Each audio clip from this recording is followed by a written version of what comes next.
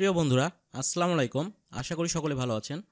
Cyber developer ভিডিওর পক্ষ থেকে আমি রাজীব হাসান আপনাদের স্বাগত জানাচ্ছি আজকের ভিডিওতে আমরা দেখব সাইবার ডেভেলপার ভিডিওর ক্লায়েন্ট এরিয়ার ইউজার পাসওয়ার্ড কীভাবে পরিবর্তন করতে হয়।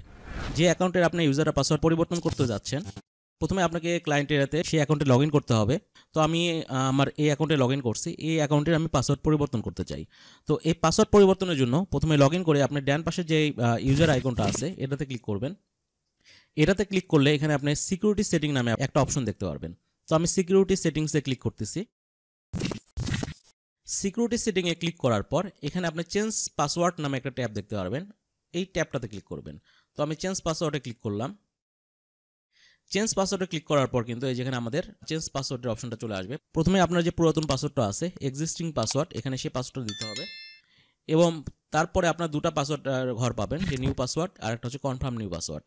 তো এখানে আপনি চাইলে হচ্ছে আপনার নিজের মতো করে পাসওয়ার্ড আপনি টাইপ করে দিতে পারবেন, অথবা এখান থেকে জেনারেট যে বাটনটা আছে, কয় অক্ষরের আপনি পাসওয়ার্ড দিতে আছেন এটা আপনি জেনারেট করে নিতে পারবেন। জেনারেট করে কপি পেস্ট করে দিলেন, এখানে আমি কপি করে রেখে দেবেন পাসওয়ার্ডটা সেভ করে, এবং এখানে এক্সিস্টিং পাসওয়ার্ড যেটা আছে সেই পাসওয়ার্ডটা বসায় আপনি জাস্ট নিচে হচ্ছে সেভ চেঞ্জ যে বাটনটা আছে এই বাটনটা ক্লিক করলেই আমাদের কিন্তু ক্লায়েন্টের যে ইউজার পাসওয়ার্ড এটা পরিবর্তন হয়ে যাবে। তো বন্ধুরা, সিম্পল একটা জিনিস আজকে আমরা ভিডিওতে দেখলাম কিভাবে সাইবার ডেভেলপার ক্লায়েন্ট এরিয়া ড্যাশবোর্ডের পাসওয়ার্ড পরিবর্তন করতে হয়। আজকে তাহলে এই পর্যন্তই, আগামীতে দেখা হবে নতুন কোনো ভিডিও নিয়ে। সেই পর্যন্ত সকলে ভালো থাকবেন। আল্লাহ হাফেজ।